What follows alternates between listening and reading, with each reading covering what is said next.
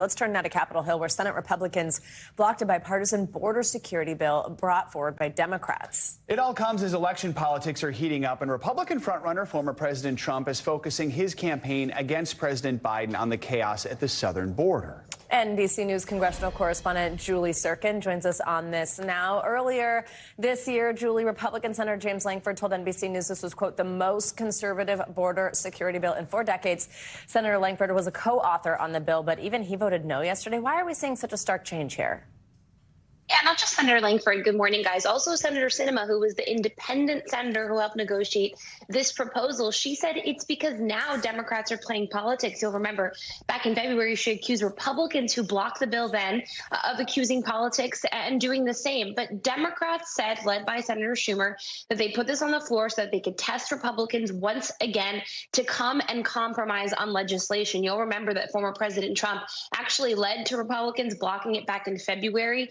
Senator Lankford, who wants this to succeed, said, like many of his colleagues, except for Lisa Murkowski, who supported this bill yesterday, that this is not the way to handle this. They need to get back to the drawing board, get back to the table, and try and see if they can pass any kind of legislation. But guys, in an election year, it's really unlikely. I mean, we know the political back and forth. This was doomed from the start. Senate Democrats brought it to the floor for a second time anyway. Republicans say this was a stunt. What are Democrats saying?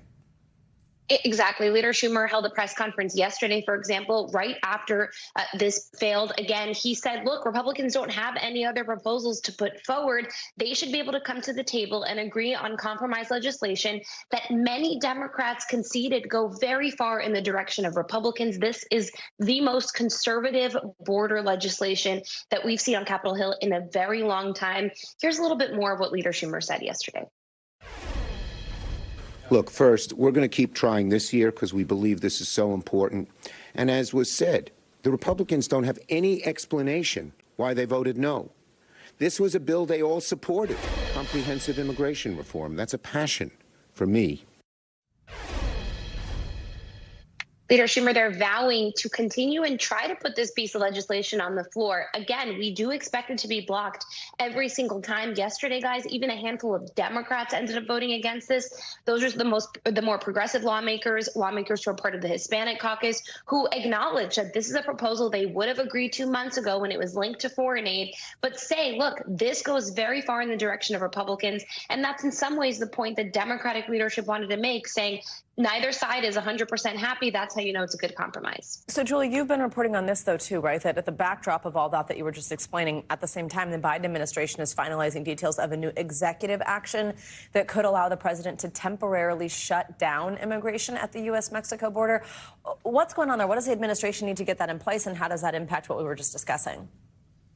Yeah, we've been reporting all month that this was really the broad strategy among Democrats on both ends of Pennsylvania Avenue in the White House and the Democratic-controlled Senate to try again to go forward with the legislative avenue. And then if and when that messaging bill, by all accounts, is blocked by Republicans, that's when the administration will say, look, Democrats are acting. We're on offense. We want to solve this problem for you, especially when you look at the poll numbers. And certainly voters don't feel like President Biden is doing a good enough job to be loud about the border, especially with those record high border crossings. So what we've reported yesterday is the administration is eyeing an executive action, a series of actions, the most important one being this authority that's existing in presidential law that gives the president the authority to tell Border Patrol agents to turn away certain groups of migrants when those border crossings between the ports of entry get much too high. This is something that has angered progressives and Hispanic lawmakers and advocates. Those are some of the very lawmakers that voted against the legislation yesterday. This is really the pinnacle of that bipartisan deal. But certainly this is not going to be easy. The administration needs Mexico's partnership in this. That's why they're eyeing this action for after the June 2nd Mexico presidential elections. And also it's something that everyone expects to be challenged in the court. So certainly everyone agrees that a legislative solution here is better than executive action, but Democrats want to continue to go on offense on this issue. Thanks for watching. Stay updated about breaking news and top stories on the NBC News app or follow us on social media.